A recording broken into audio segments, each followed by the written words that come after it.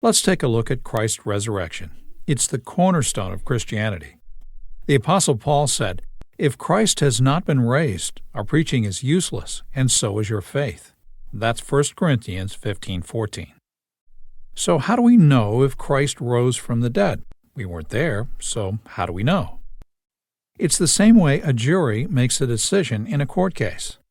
They hear the evidence, then render a verdict. You don't have to be an eyewitness to decide the facts. 4 lines of evidence support Christ's resurrection. Each start with the letter E. Execution. Christ died.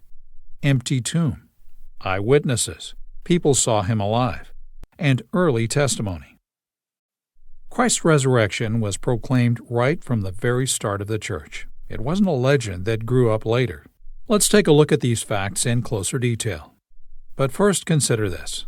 Alternative theories fail because it's not enough to explain one piece of the puzzle. A case is made by explaining all the evidence.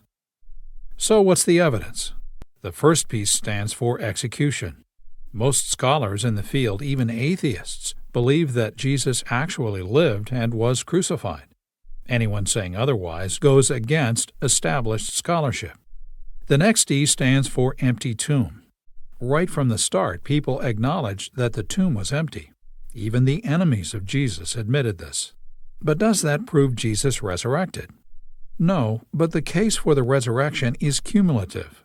That's the problem with alternative theories. They always focus on just one piece of the puzzle, but not all the facts. So let's move on. The next piece stands for eyewitnesses. There were 2 types of eyewitnesses. Some were believers. For over 40 days, at various times and places, the risen Christ appeared to different groups of believers. On one occasion, the risen Jesus appeared to over 500 people. That wasn't a hallucination. Hallucinations are a personal matter, not a large group experience.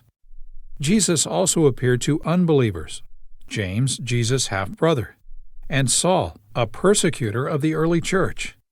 Neither wished for Christ's resurrection, but both saw him alive. Some say that people just made this up, but many died for the belief that Jesus resurrected. People may die for what they believe is true, but not for what they know is false. A final piece of the evidence is early testimony.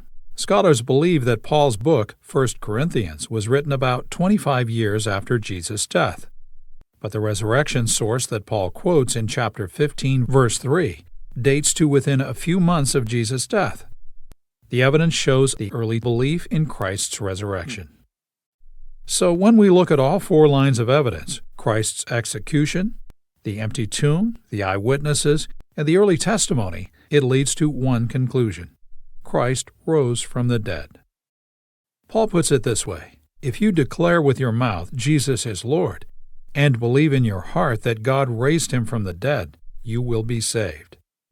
He then adds, for it is with your heart that you believe and are justified, and it is with your mouth that you profess your faith and are saved. This is a decision that each one of us makes one way or another. Is Jesus Lord? Is he risen from the dead? What do you think the evidence says? Your decision makes all the difference.